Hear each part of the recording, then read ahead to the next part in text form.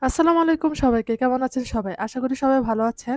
আজকে আপনাদের সাথে শেয়ার করতে যাচ্ছি মিষ্টি কুমড়া ফুলের অসাধারণ একটি রেসিপি। তাই দেরি না করে চলেন মূল রেসিপিতে চলে যাই। প্রথমে আমরা দেখব কিভাবে মিষ্টি কুমড়া ফুলটি প্রসেস করে নিতে হয়। এই যে দেখতে পাচ্ছেন মিষ্টি কুমড়া ফুলের আশেপাশে যে ছোট, ছোট অংশ আছে এগুলো আগে পরিষ্কার করে নিতে হবে। তারপর এটার ভিতরে হলুদ একটা অংশ আছে এটা ছিঁড়ে নিতে হবে।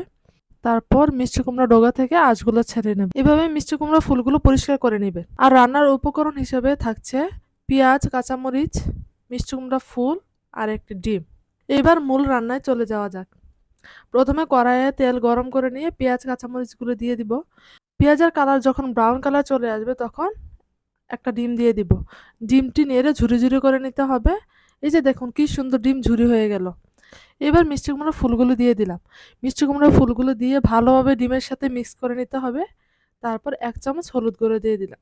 যখন মিষ্টি কুমড়ার ফুলগুলো একদম চুপসে যাবে, একদম ভাজা, ভাজা হয়ে যাবে, সেই মুহূর্তে আমরা ১ চামচ জিরা গুঁড়া দিয়ে দিব। জিরা গুঁড়া কিন্তু অবশ্যই ব্যবহার করব। জিরা গুঁড়া ব্যবহার করলে এটি খেতে দারুণ লাগে। কিছুক্ষণ নেড়ে-চেড়ে নিব।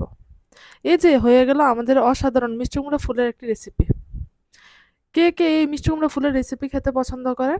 কমেন্টস করে জানাবেন। এটা আমার খুব পছন্দের একটি রেসিপি। যখনই আমি মিষ্টি কুমড়া ফুল পাই তখন আমি এই রেসিপিটি করে থাকি আর খেয়ে থাকি। দেখা হবে অন্য কোনো ভিডিওতে নতুন কোনো রেসিপি নিয়ে। সবাই ভালো থাকবেন, সুস্থ থাকবেন আর ভিডিওটি ভালো লাগলে লাইক এন্ড সাবস্ক্রাইব করবেন। আল্লাহ হাফেজ।